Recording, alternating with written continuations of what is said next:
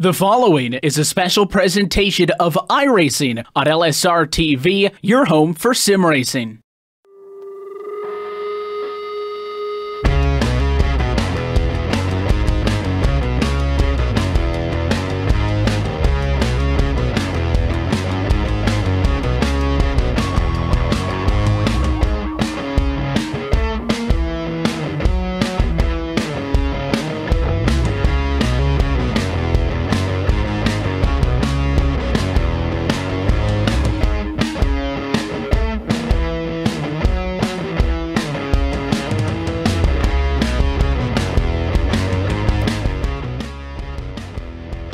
Live tonight from the Five Flags Speedway, it is the Upstate Racing League White Knuckle Clothing Pro Late Model Series, and they are back in full swing 2 weeks later here tonight at the Five Flags Speedway. Up in the booth tonight, I'm Austin Coop, Kelly et al, and Cisco Scaramuza is giving the picture to you tonight. Here is these guys are ready to rock and roll after 5 races already in the books. We're getting to race number 6 on the season, and almost already there to 10 races in, and that is the cutoff for the top 10 drivers to make it into the championship hunt in this series, which is also important for these drivers. Kelly, we're at Five Flags Speedway. It's a really different kind of speedway. It's we're gonna have about 100 laps tonight, and really, realistically, I think we're going to see a lot of the same things we've been seeing the last couple weeks, except for Irwin, of course, being one of the biggest tracks we go to. But I think it's back into the regular short track stuff for these guys.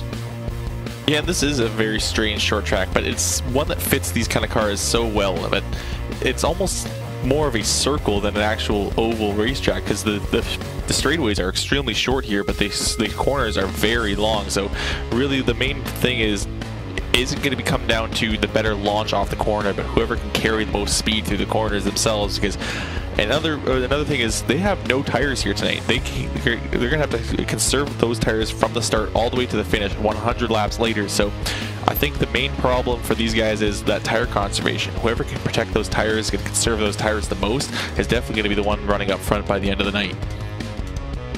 And we're going to take a look at the points as they are right now. Stefan Marinak has 2 wins on the season and has a good commanding lead over the rest of the field at 21 points.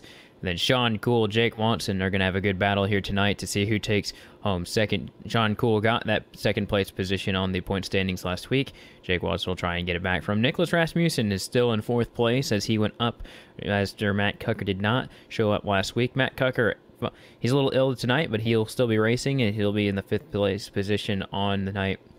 And James McIntyre, Al Smith Jr., Scott Naslin, Rex Hoyle, and Brian Long are the top 10 in the points. Then looking on the outside, you have Guillaume Fortin. He is only 2 points out, and then Mike Holtzclaw, he has a little bit more to make up, which is about 9 points. Yeah, we're just going to pull up the track facts for you here. Five Flags Speedway is one of our shorter tracks that will be coming out here tonight. It's only a half-mile around this track, opened in 1953, and has been holding late model races ever since. It's got one of the most unique turn 3 and 4, I think, that these drivers see throughout. It gets really bumpy there, and I think when you see these drivers, we're going to see probably a couple of them brush the outside wall in the front straightaway. Realistically, what we are going to see with these guys is that they're going to be pretty calm and stable for the first few laps, and as it keeps rolling on, remember, they have to stay in these tires the whole time. They don't have the option to come get tires, so that's a big deal, and we'll see it really affect these drivers as the race goes on. Looks like the field is going to be set up on the front straightaway for tonight's race. And Matt Cucker, he will start from pole position in that number 69 machine. And then Stefan Marinak, he will start from second. Those two have kind of been the class of the field all year long. And Al Smith Jr., he'll start 3rd. Jake Watson, he's made really good finishes in this series so far. He's going to start 4th with Sean Cool starting 5th. In 6th, we got AJ Hamill on that 18 car. The 50 Rex Hoyle starts 7th. 8th goes to Scott Naslin. Guillaume Fortin rolls off in 9th, and rounding out the top 10 is the 22 Mike Holtzclaw. Alex Orient will start for the 11th position with Dylan Prosler starting 12th. Michael Woodring starts 13th with Brian Rogers Jr. 14th. And then Brian Long will start 15th. 16th, we'll see Dan Dubuque. Mark Royer will roll off in 17th. 18th, the J Dubuque. James McIntyre rolls off in 19th. And rounding out our 20-car field is the 413 of Wayne McDuff. That's a look at your full field rundown as the iRacing pace car makes its way around this field. It'll come down pit road, not this time, but next time, so they'll get 2 caution laps. I kind of forgot how many times it was going to go around the track, but it will go around one more time here, and we'll have 100 laps of action. And I think really the favorite already is going to be Matt Cucker, knowing that we don't have any tires in the pits.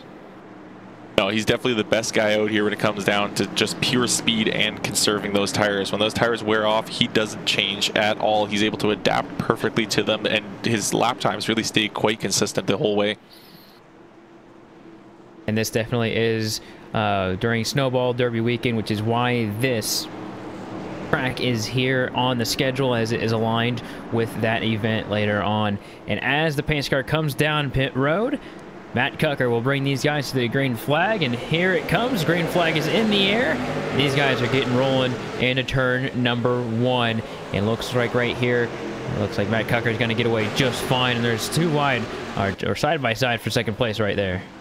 Yeah, the 18 of AJ Hamill nearly went 3 wide there for the 5th position, but elected to back off for a moment. But he's definitely trying to find his way around here, but there's just so many cars in front of him clogging up that best line, and he's just stuck there. But that 25 of Stefan Marinak really making it work on that outside, holding on quite a bit against AJ Smith, and as well Jake Watson holding on the outside as well, trying to get a good launch off the corner to beat Sean Cool. But really both these lines are completely even up. At this moment in the game, definitely is. I think you had commented that the bottom line had been rubbed in quite a bit. These guys do a lot of practice in these machines, and looking at Al Smith Jr., this is looking to be one of his best races, or at least the best start to one of his races. I don't think we've seen him really crack to the lead at any point in the season right now, and he's trying to fend off last week's winner of Stefan Marinak, who did a really good job of just commanding the entire race and did not falter at any point and led every single lap. Right now, he's falling to the outside lane, which does appear to be the lane that is now weakening as the run is going on. The 24, Sean Cool, on the inside. He's up 2 positions already, and so definitely look at that 24 to be one to just keep moving up if he's going at the same speed he is now. Yeah, but the big thing is week in, week out for these guys is adapting to how the track changes. As you've just mentioned there, the track is heavily rubbered from the amount of practice they do here, and as they go around, that inside line is going to definitely warm up, so they'll start eventually moving their lineup to the outside. It looks like the 88 of Jake Watson's attempting to see what that outside line is like, but kind of decides to just dime in the corner and go after the 25, but that's not really a strategy you can use at this racetrack because the straightaways are so short. You can't really just dime in the corner and gun for someone off the corner. But the problems with Al Smith Jr. in that 96, not getting a good turn, and he's moving backwards now, lost a lot of speed. Yeah, I'm really unsure what's going on. He's going really slow, almost to the point where the outside lane doesn't really have to try to get around him. They just are naturally with the speed that they have, and I'm really unsure what the 96 is doing. Perhaps he's trying to save his tires by not pushing the car that much, but at this rate, it looks like just something is not right with the 96 machine, but he is falling back quickly. He's lost 3 positions since you mentioned it, and he's only continuing to fall back. And so that little bit of Stefan Marinak, Jake Watson, and Sean Cool, one more position right here. And look at Sean Cool. He's already up 4 positions or 3 positions right now, and he's knocking on the back door of Matt Cucker right here. Yeah, he took 2/10 off of the lead that Matt Cucker had built up, and that was also including getting around the 88 of Jake Watson. So really look at Sean Cool to carry this speed, but now Matt Cucker seems to be turning it on just a little bit, trying to see if he can open up that gap, but Sean Cool's keeping it completely even up, so any little mistake from Matt Cucker and Sean Cool will be right on him. Yeah, your top 3 is kind of splitting off just a little bit from Jake Watson. Watson still in 4th place. That's where he started.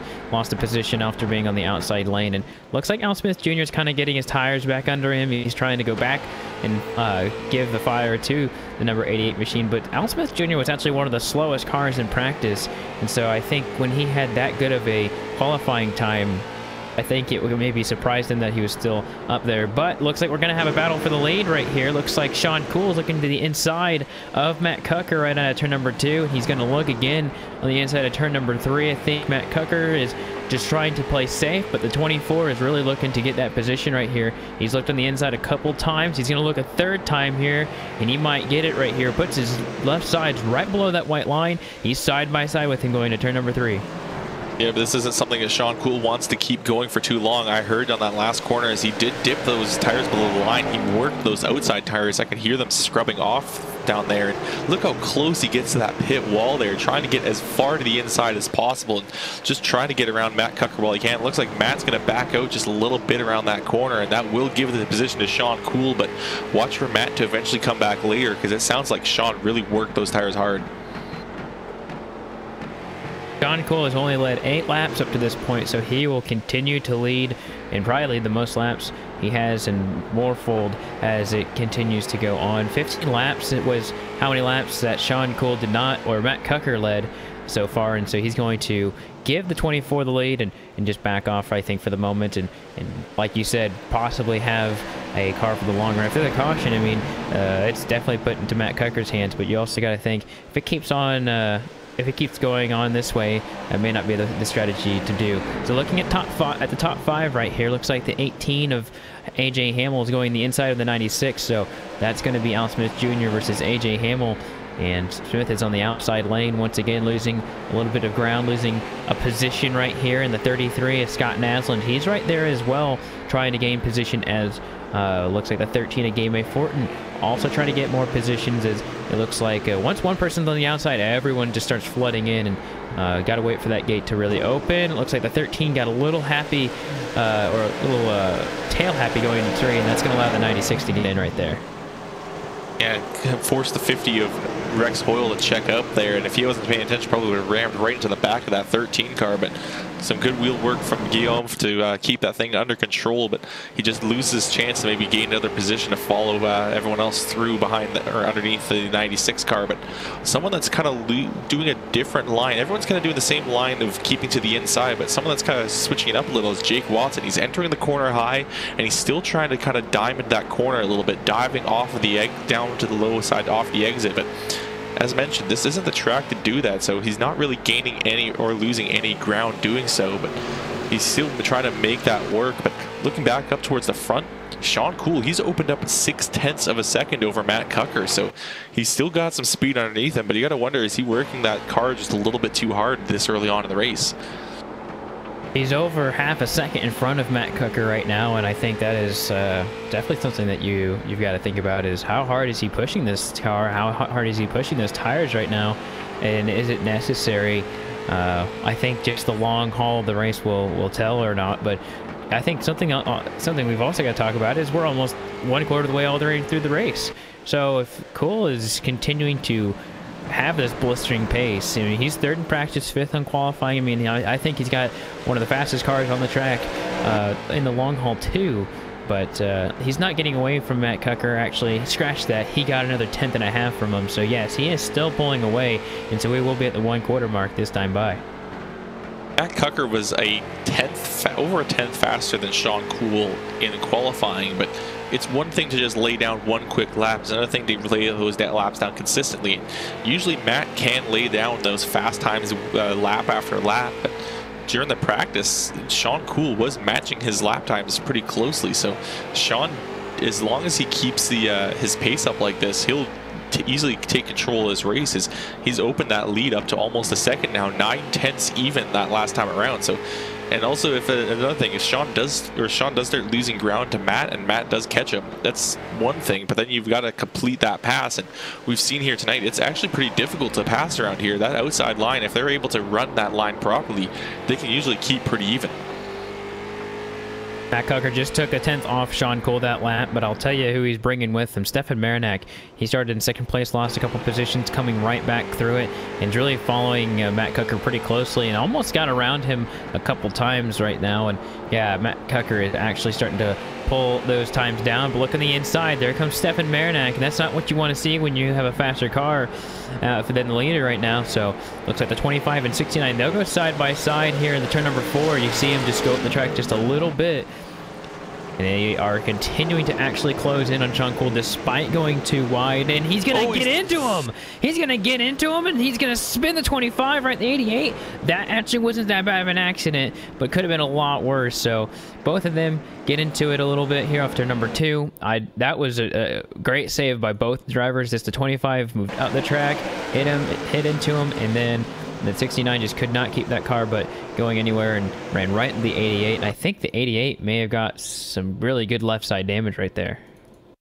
The 25 definitely got tagged and went around, but he was lucky to not get T-boned by anyone as he went completely sideways on the racetrack, but was lucky to slide up enough on that track to keep himself out of the way of everyone else that was going by. And it looks like Matt Cucker is going to bring that car down pit road to get some service on it, fix that little bit of damage that he does have at the moment. But try to take a look at that 88 car. It looks like he may have gotten some left side damage. You're right, that left front did get tagged there, but we'll have to see how much that will affect him, because there could be a tire rub there. Yeah, not only is Matt Cucker coming down in pit road, but so is Stefan Marinak. So both drivers involved in that accident are going to get some damage fixed on their machines, which is, I think, is quite a shame for both of them that they both got to come down pit road and get damages fixed. I don't know if it's required for either driver. I thought that both their cars looked fine, but perhaps not. It just really depends on how they feel and how maybe the iRacing steward, they give them a meatball black and orange flag, then they don't really have a choice. They have to come down and lose all that track position. And this is definitely a track position track. If you're up there towards the front, like you talked about earlier, it's hard to pass here. And Sean Cole, he darted for the lead, and now I think that strategy is going to pay off. However, I think he's got to really work at it here at the start of this restart, because I think his tires are worn just a little bit more than everyone else's.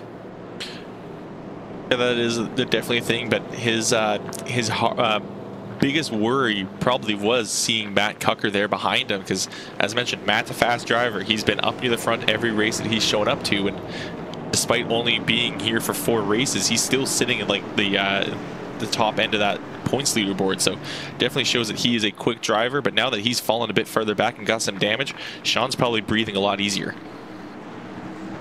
Most definitely. He does have a hungry Jake Watson behind him too. He was gaining on him as well. But the iRacing official pace car were under the safety of pit road. And Sean Cole get going right here. And he gets himself a pretty good start right here. And it looks like oh, whoa, what goes on with the 88? He's in the outside wall. It's not coming off the wall either.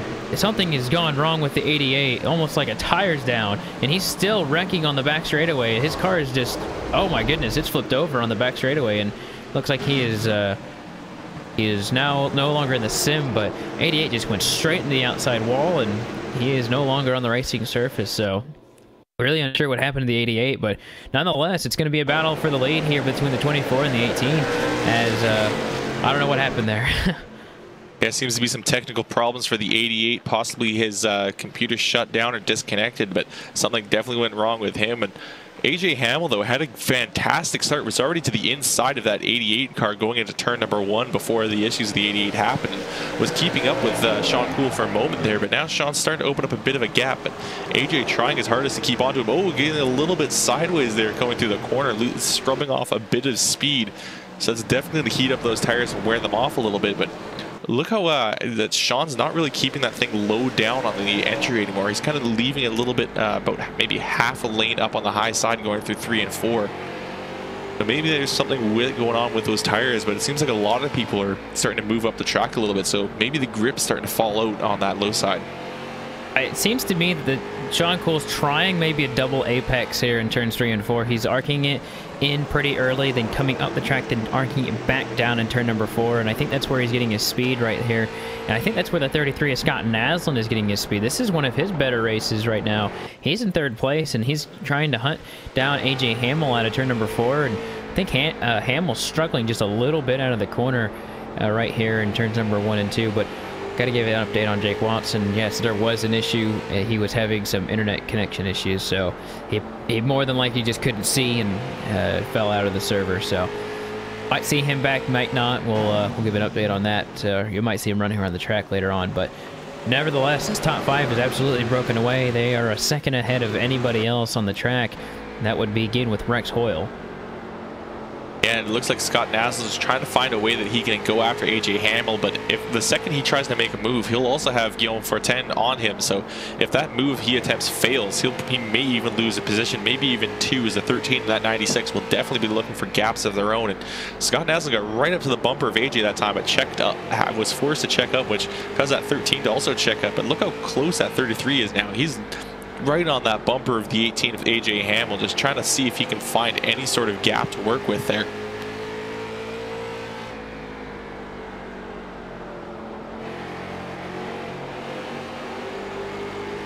But as that's going on behind him, Sean Cool is breaking away from these guys. He's opened up that gap to now 4/10 of a second over AJ Hamill. And Scott Naslund again trying to find that, looking to the inside, looking to the outside, not finding any sort of move that he can make on AJ Hamill. He's got himself right up to that bumper, but there's nowhere for him to go. But there's really not much closer he can get to that car.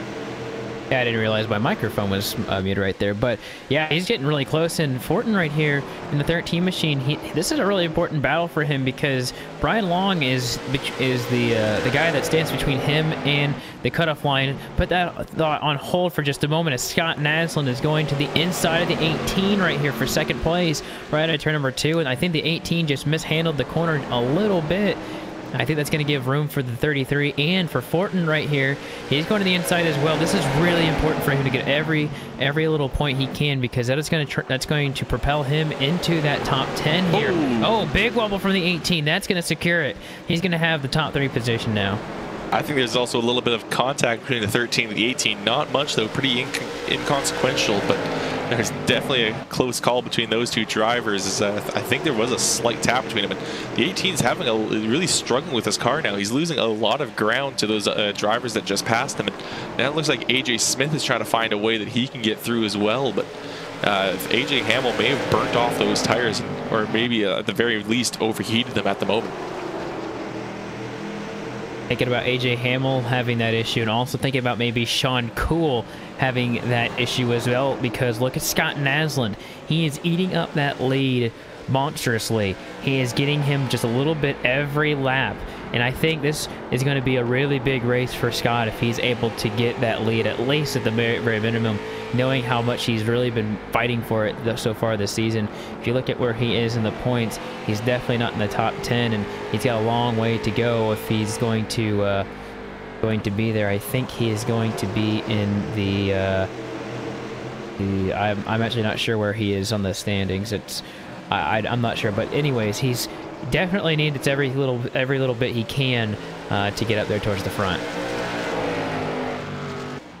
And at the moment, Sean Cool starting to lose a bit of ground to Scott Naslund. Scott has, as second he got by AJ Hamill, started taking chunks off of that lead that Sean had opened up. So now just sitting 2/10 behind, and Guillaume Fortin as well has followed him along. So we are starting to have a 3-car battle for the lead shape up at this moment. And I had a little bit of a moment there. Scott Naslund's actually in 8th place, so this is still a big race for him, because that can really get him away from that cutoff line, and Fortin as well. I mean, each race is the consistency that is needed to get in that top 10 after 10 races is so important, and really these guys are just fighting a little bit harder than those guys like Brian Long. Brian Long needs a really good run. He just got passed by Matt Cucker not too long ago, and he will lose out on his top 10 position if he does not improve on the night. But that lead is getting ever so closer each and every single lap. The 33 right there looks like he might have a shot at it coming out of 2. He has the momentum. He's not showing the nose quite yet, but he's very close, and actually he's definitely faster. He's actually slowing up for him in the corner, so look for him to break the pass here very shortly, and Fortin's also going to be right there. So this 3-car battle for the lead is really getting heated. Yeah, as the 33 checked up there, Guillaume Fortin got right up to the bumper of the 33. I thought they were going to make contact for a little bit. Guillaume now looking to the high side, trying to see if he can make a move. It's just using a little bit of experimenting. Look at the 33. He's going to look to the inside now, going into turn 1. He's going to try to make the move for the lead, and that's going to force Sean Cool to take that high line. That really slowed him up as he goes way up the track, but able to power it down off the corners. Looks like Scott just kind of checked up a little bit, and that'll allow Sean Cool to hold the lead for the time being. But definitely look there. And here comes Guillaume Fortin. He's going to look to the inside. He wants to have a shot of his own, try to go for second place and maybe go after the leader. And as those two fight, though, look at the gap that Sean Cool suddenly opens up as they just make that one little battle through turn number 1. Yeah, what a big gap that Sean Cool was able to get. He saw those guys were fighting behind him, decided, you know what, if I just hit my marks here, I should really, be able to get a pretty good gap here, and that's exactly what happened. So he's able to get 3/10 on them right there just in that one lap. So that just tells you how important going single file is, and not battling as much. But if you're Fortin, you've got to do it. You've got your chances of being in the championship hunt on the line. And each race, I mean, if he has a bad week in the next few weeks, I mean, this race could really bank on him doing as good as he can. So Eatery kind of stabilizing now, and looks like the battle for the 4th position is getting well and still underway. It looks like both Al Smith Jr. and AJ Hamill still fighting for position, as I think they've kind of been doing all night long. And we're over the halfway point, and this race has been going by so quickly. It has been definitely hard to we went through it so quickly. So we'll take a look at the iRacing midway race break, brought to you by iRacing, the leading online racing simulation. Developed from the beginning as a centralized racing and competition service, iRacing organizes, hosts, and officiates races on virtual tracks all around the world. In the fast-paced world of esports, iRacing is a one-stop shop for online racing, with officially sanctioned racing from NASCAR, IndyCar, IMSA, World of Outlaws, and more. We're going to go through your full field rundown fairly quickly as the action is still going on the track. Sean, the front end will come down if you hit the gas.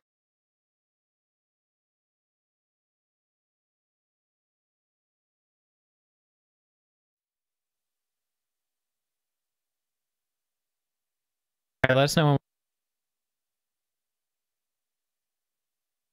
All right, we are coming back here on the speedway. You may not have a picture just quite yet, but we are going to get it as soon as we can here.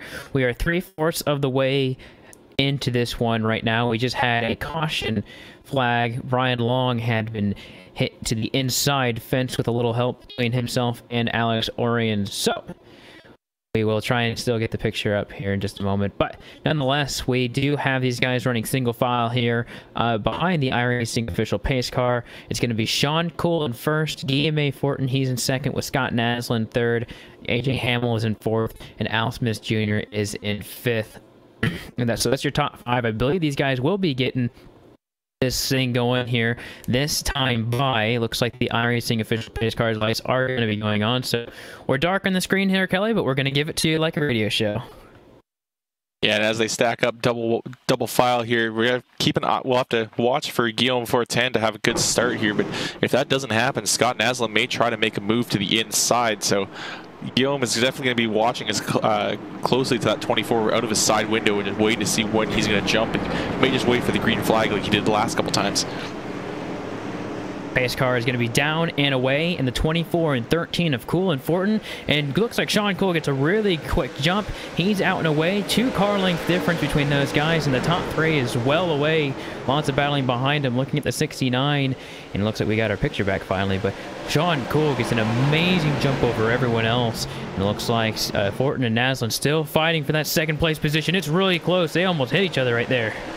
At door to door, they're still continuing to battle as the 13 just edging up a little bit, sliding around the turns 1 and 2. So a bit of a problem for that 13 as his tires are definitely starting to wear off. That's going to give the advantage to that 33 of Scott Naslin. It looks like that 18 of AJ Hamill, he's going to try to make a move to the inside as well. He's going to get his bumper just inside and force that 13 to stay on the high side. But the 18 just doesn't have that grip on the bottom, and looks like everyone's struggling now on this ending run here, as those tires are definitely worn out at this point. Sean Cool leading the way over these guys, and they're getting single file top 5 now. It includes Matt Cucker, who went to the very back, and with 20 laps to go, it is going to be very difficult for him to get up there, I think, without a caution, but he's definitely going to have to, he definitely has his work cut out for him if he's going to try and win this race and sweep the night, being first practice, first qualifying, and try and get first on the night. But he's got a long ways to go. 21 laps to go, and they'll have 20 at this time by, and Sean Cool is all but gone when it comes to how far away. He's over half a second ahead of Scott Naslund, but I think Sean Cool is losing speed just a little bit each lap here. And Matt Cucker just made a move to the inside of AJ Hamill, moved himself up into that 4th place, so don't count him out just yet, but there is not much time as we have 20 laps to go at this point, now going to 19 to go. So Matt Cucker, if he's going to try to make it up there, he's going to cut almost a 10th off of Sean Cool every lap, and that's including getting around Scott Naslund and Guillaume Fortin, who definitely are going to be keeping an eye on their relative box as they notice that 69 car starting to move his way back up through the field. And look at him now, he's going to get right onto the bumper of Guillaume Fortin, so he's probably going to set himself up for a pass within these next few laps. But Matt Cucker definitely has some speed left in that car. Yeah, I think he was saving a lot earlier, and he was able to still save a lot of his tires while passing cars during those roughly 15 laps that we had out. He was still passing cars. He was still doing that, and he's going on the inside of the 13 right here. It looks like he's just going to let him go. Knows that he's faster. He's going to continue having speed, but there's going to be a caution on the speedway. Looks like maybe Wayne McDuff is a part of it here on the front straightaway. Indeed it is. Coming out of turn 4, got a little bit of help coming out of turn 4 and hits the inside wall pretty hard here for the 413. Yeah, it looks like he just had to check up for that 65 and the 08, just tried to get underneath of him. Just wasn't quite enough room and ended up spinning the 413. That's definitely a hard hit for Wayne McDuff, but now Sean Cool is going to have that gap between himself and Scott Naslund disappear, but I think the big thing is Matt Cucker is now going to catch up, and he's going to be on that inside line, so he'll have that advantage of being on the inside line. If Scott Naslund doesn't get a good jump, Matt Cucker's probably going to fly right by him, and we might end up having a little bit of a battle for the lead within our last 10 laps or so. Sean Cool has led the most laps tonight, and I think the last thing he wants to see is Matt Cucker right behind him. Knowing that Cucker had, and probably has still, one of the fastest cars on the speedway right now, I think he's going to really hope for Scott Naslund to really put up a good fight with him, and really, I think he expects him to, especially with, we're going to have probably a 10-lap shootout when it comes down to it, and realistically, Cucker's just been flawless in the stages before the race has started. Since the race has started, has not been that way. He had a little bit of contact, of course, earlier with the 25 of Marinac, and Marinac's in 6th place. Currently, he'd be breaking routine for him because he's had a top 5 in every single start that he's been in. So that 25 in particular is definitely someone to watch as well, because if you're in the top 5 every single race, you've basically just given yourself a pass through the playoffs and championship hunt for him and his team. That's just hard to follow up. But he's been the only driver to do it. 5 starts, 5 top 5s. I want to point out something that I noticed during this last caution. Everyone, as they went through these corners, was staying on that high side. Everyone's seeing that they know that their tires are getting warm, and they're trying to use that colder pavement that hasn't been run on the high side to cool those tires down a little bit. They can't change the tires, and those tires are worn out and starting to overheat. So if they stay on that, run on that high side, they run on that colder pavement, take a little bit of the heat out of those tires, and try to bring them back into a the proper operating temperature range, and maybe get a little bit of grip out there. Look at them; they're all pretty much all the top 4 is off of the racing line, all the way up over that the dashed white line there on the high side, trying to see if they can just take a little bit of heat out, find some extra grip for this last little run. That is interesting, and I don't think I've ever really seen this group do that before. I think that's just because of how much rubber has been put down in practice, qualifying, and the race so far tonight. So I think that's a cool thing. And also something that's cool is Sean Cool picking the outside lane for the first time on a restart, which I think is going to be extremely important to his chances of winning this race. So Sean Cool on the outside, Scott Naslund on the inside, but the 24 gets to decide when they go, and he's going to go right away, and what a jump he's got, and he's got 2 car lengths in front of everybody else. We will have an 11-lap dash to the finish here. And I see the strategy he was trying to do. He knew that 33 was not going to get a good jump because the disadvantage that the second place has, and he wanted. Oh, we got problems. The one goes sideways. Dylan Prosler has lost it in front of the field, and we've got tons of cars into the wall. Carnage coming out of turn number 4, and there's more cars in it than I think we can really name right now. But there's a big mess out of turn number 4, and there's some survivors, and I think there's a couple drivers who are not going to be able to make it the rest of the way. I think that's Mike Holtzclaw. He's got an extremely damaged number 22 machine coming out of turn number 2, and then you've got Rex Hoyle who's involved. Dylan Prosler was involved as well. We'll get a replay up and show you what happened. Yeah, it looks like the 18 of AJ Hamill was just trying to sneak underneath of Dylan Prosler there and ended up tagging him, turned him completely sideways. And the problem was he was in that heavily packed part of the field and collected at least five or so cars, maybe even 6. I think even the 51 got tagged there, so he's trying to just sneak through. But there's definitely a lot of cars involved, and that's really going to cut down the amount of time we have left in this race to maybe 6 or so laps. Yeah, and that all had to do with the 3 wide that it was happening, but we were definitely looking at the racing in front. But there was 3 wide, and I don't think Prosler really gave the 18 much room for error. I mean, when you watch him go down in the corner, I mean, he's running the same line as the guys in front of him. I mean, the 18 of AJ Hamill just really has nowhere to go. I mean, he's at the bottom of the track, and the one just gives him no room really. So I think it's just one of those hard racing things. You know, it's something that happens here at the short tracks that you'll see quite often. And when both drivers want the same piece of real estate, that's typically what you get when you come into a track that is so fast, and the banking on these corners are so. It just is so much on, and especially with the progression that it has throughout the corner. So definitely something that we're pretty accustomed to seeing with short track racing here. So while we are under the caution flag just for a little bit, I do want to say that this race has been brought to you by CoreLife Eatery. CoreLife Eatery is the place to eat for the active lifestyle. At CoreLife, you can expect to have fresh foods prepared daily. Started in the Syracuse region of upstate New York, CoreLife has quickly grown to be a leader in the health food industry. Be sure to stop by and try out their fresh greens, grains, and broth bowls today. So, these guys look like they're going to be getting the 1 to go, and it'll be 5 to go at this restart. So, the next flag after the one they're about to get, which is the green flag, will be the deciding factor in this race. They get the yellow flag, it's over. They get the white flag, it will be over. So, once they get the restart, next flag is going to be the ending factor in this one. Sean Coole's been good on these restarts and timed it perfectly, but did he show his hand too quickly? We'll have to find out. Pace car goes. He goes immediately. Not even a second to be in between those two guys going, and he's got himself a good lead right here. And oh, the wrecking into turn number 1. That might be it. Big wreck in turn number 1, but no caution yet. Looks like they're going to keep it green here going to turn 3. I do not know how there wasn't a caution, because the 61 car was upside down. He rolled a few times. We are staying green. Look at that 33 car. He's going to try to make a move to the outside. Nearly hits the 24. Scott Naslund is trying to find a way around to go for this race lead, but he might have opened himself up as he hits the wall.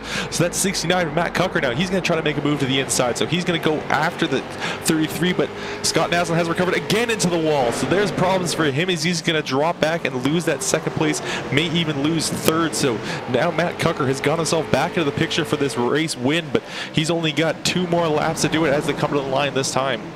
Look at the arc that the 69 has. He's going to have 2 laps to get away from the 24 of Sean Coole, and Sean is committed to that bottom line. And I think Tucker is really good on the outside lane, so he'll have 1.5 laps to make it happen.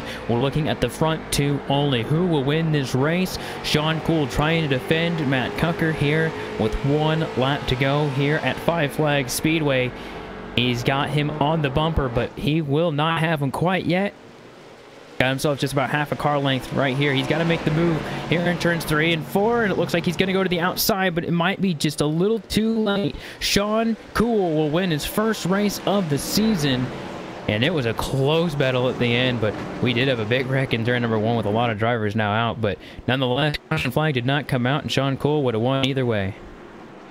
Yeah, Matt Knuckle seems to just try to make that move just maybe a lap too late as they came to the line. He had his nose to the quarter panel of the 24, but he just didn't have any sort of time as right after they came off that corner, he got to that position.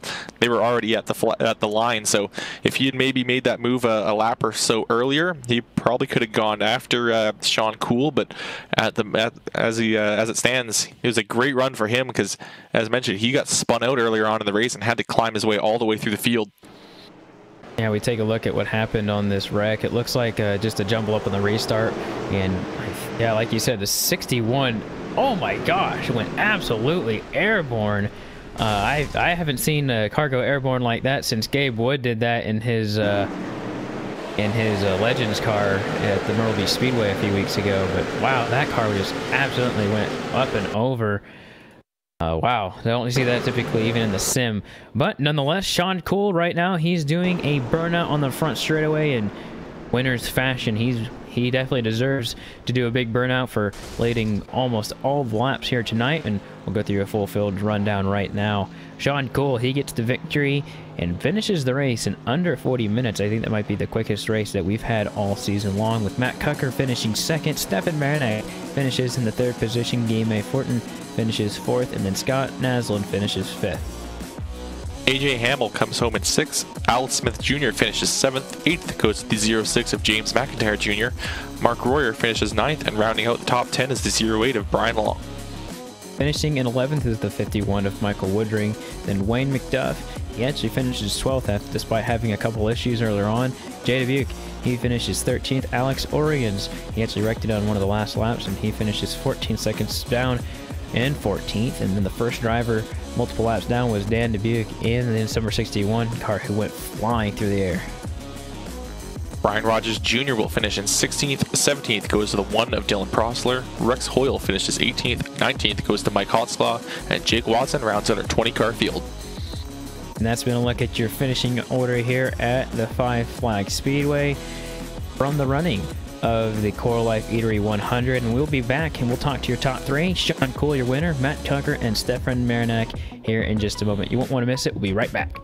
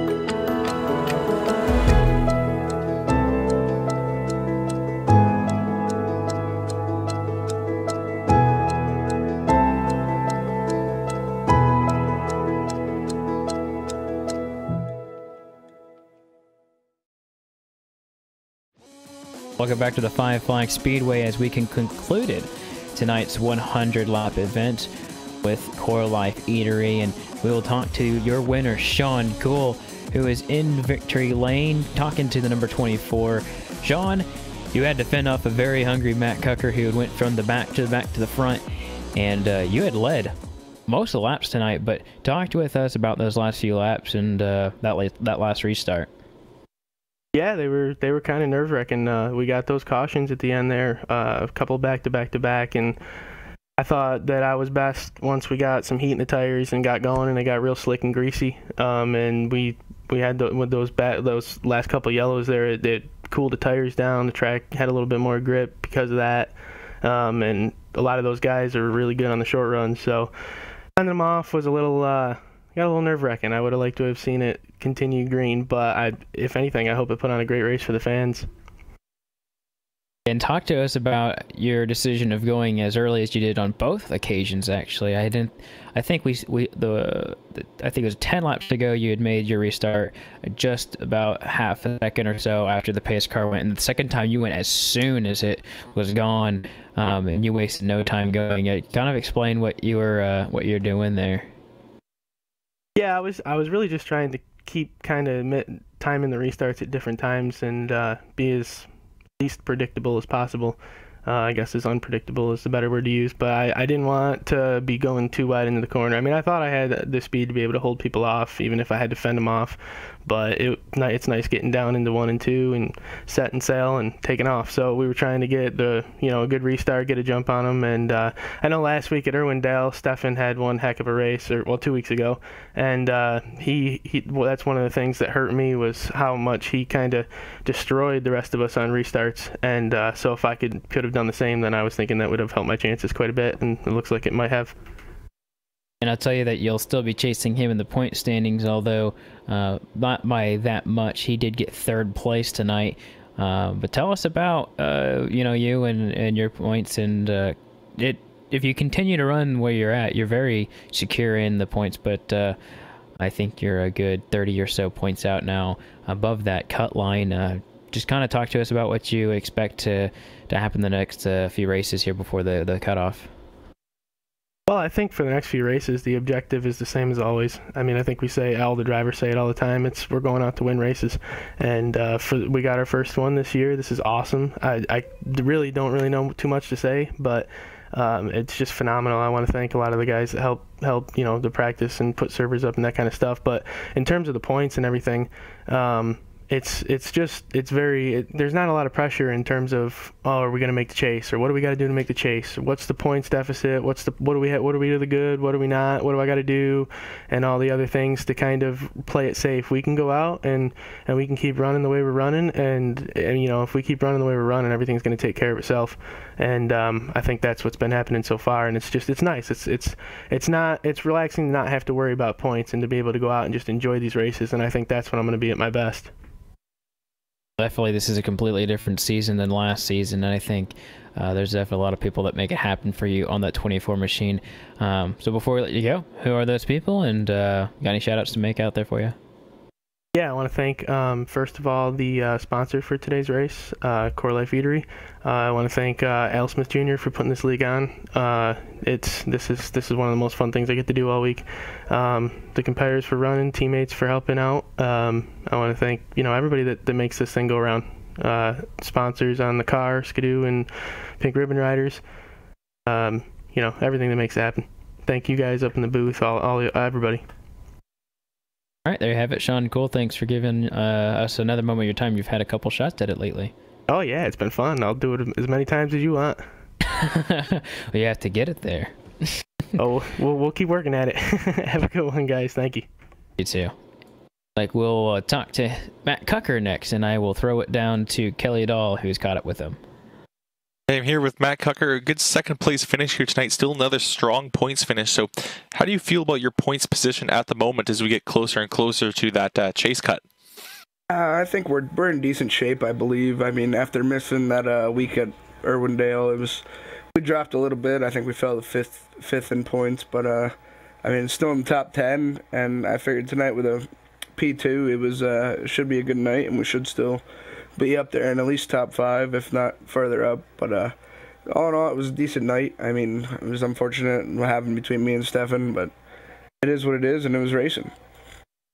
going back to that incident with you and Stefan, that put you really deep into the field. And how did you manage to work your way up through the field at the last half of that race?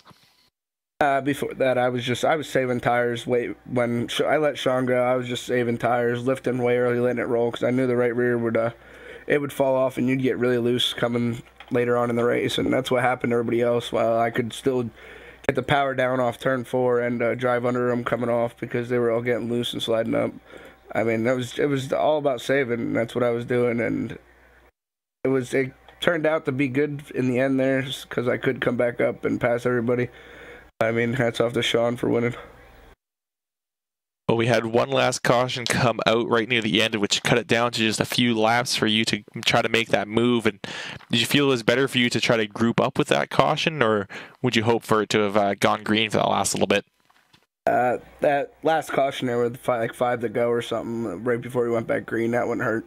Because I was in team speak with Scott. Come on, Scott, let's restart your life. And then we went, I think a quarter lap, and the yellow came back out, and it was just that was the end of it. And I wasn't going to have enough time to get by Scott and him. So it is what it is. That's part of short track racing, and we'll come back next week and try to get another W. All right, speaking of next week, we're going to USA International. How do you feel going on to that track? As long as it's a short track, I'm in. I mean, that's where I'd like to make my statement, is these short tracks, and it's where the fun is. It's the closest racing there is, and you actually have to learn how to drive the car. You have to brake and gas, and unlike the bigger tracks like at Iowa we ran earlier this season. So, I mean, I'm hoping it'll be all right, but we'll find out. All right, well, Matt, you've been with us a few times. I think you know the drill at this point. So who would you like to thank for this awesome run that you had here tonight? I thank Team Vincier, GlobalCom, iAnalyze, you guys for putting the show on, and Upstate Racing League for putting this together week in and week out. And also, whenever I do league races, I always stream on Twitch, so you guys can switch back and forth between the stream and my stream. It's a different perspective. All right, well, thank you very much for stopping by with us, Matt. Good luck to you next week.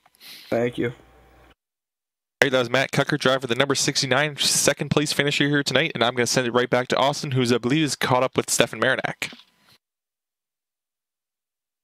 Catching up with Stefan Marinak here, and Stefan, you had a little bit of an interesting race at the beginning, but you really rallied towards the end of the race, and I'll say that you've kind of been known to come back into the top 5 towards the end of a race, but definitely in this one, you had to really fight for it. But I don't know if you know this, but you have 100% top 5s in this season so far, which is a really good statistic for you. You'd rather have wins every time you're in the top 5, but kind of just tell us about how good your season's been. Yeah, it's been a great season. First of all, congrats to Sean on his first win of the season, and I want to apologize again to Matt for wrecking him in the beginning of the race. But yeah, it's been an awesome season, and some of it's been luck, some of it's just been really good races. But that's a pretty cool stat to have all top 5, so I'm going to try to keep that going. Yeah, even if you don't get all top 5, you still have the top 10 there too, so you can at least have something to fall back on. But I know that's something you probably don't think about as much when you're in the race car, but definitely you had a lot of momentum coming into out of the last time we saw you, but we had the week off. I think that at times can put that little bit of momentum on the damper, but talk about the momentum you just kind of had this season. It's just I think it's just been nonstop, just fast races, fast cars that you've been bringing each and every week.